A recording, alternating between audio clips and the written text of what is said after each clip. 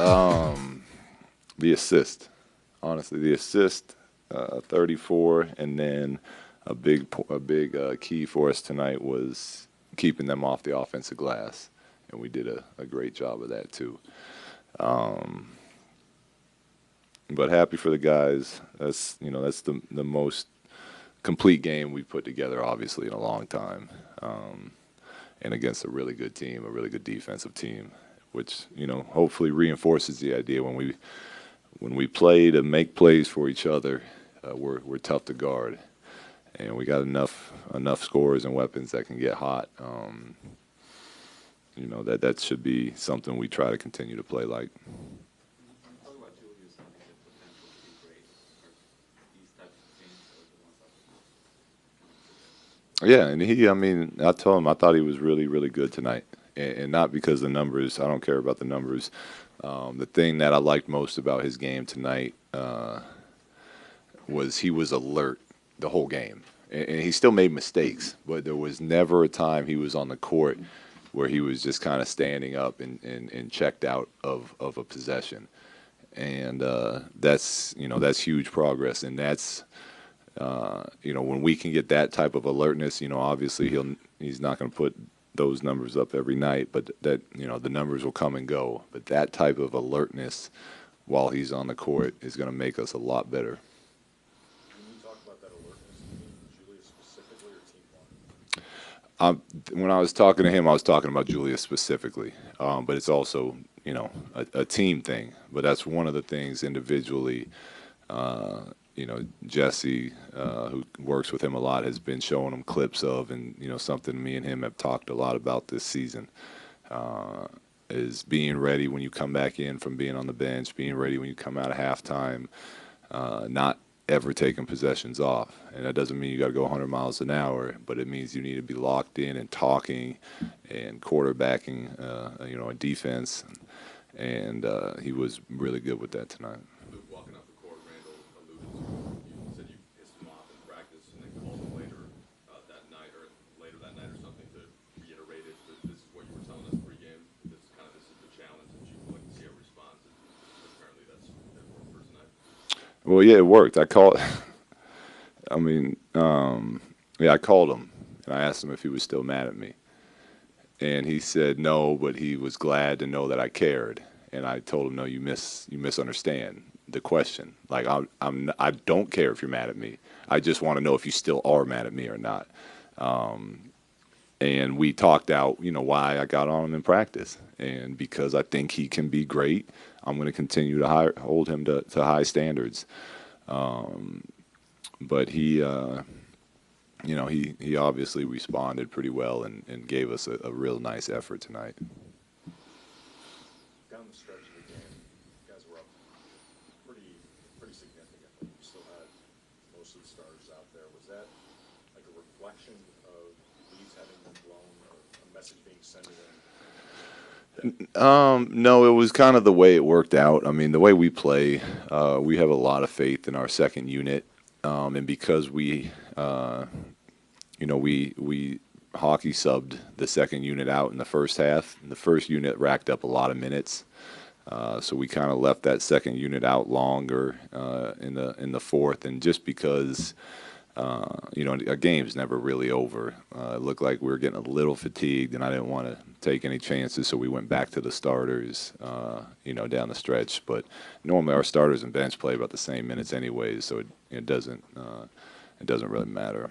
Is elaboration on that front, just how the game went, or is there a thought of playing the starters more? No, I mean we play whatever group's rolling. We'll stick with whatever group's rolling. We've proven that by how much we play our bench. But the starters were playing great basketball tonight, and then when the second unit got their chance in the first half, some of them were playing good, others were playing all right, but then they gave up a wide open dunk in transition, and that's not acceptable. So we took them all out, and the starters went back in. I was really proud of the bench for the way that they handled themselves. They didn't pout, and when they came out and got their opportunity in the second half, they started that fourth quarter off great for us and made plays for us and did what they've done for the most of the year. So you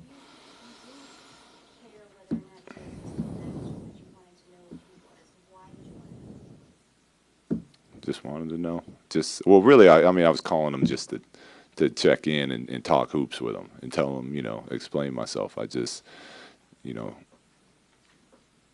wanted to have some fun with him before we had a serious talk.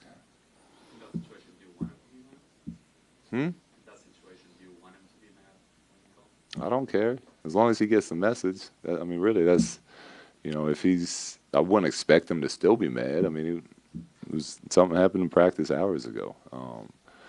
But as long as he is getting the message and he understands that it's coming from a place of trying to help him become better, then if he's mad at me or not, that's we'll be fine. Do you spend most of your nights calling the players and chit-chatting after practice? No, only when need be. Yeah, that wasn't even needed. I was just, you know, felt like calling, felt like talking to Julius. Heard his son on the other end of the line. Just, but most nights are not spent on the telephone with the players. No. It was that dribble handoff with Julius has become pretty potent as you guys are making shots. How has he kind of made that such a reliable tool for you guys? Well, that's when we were watching tape on the way he played as a staff.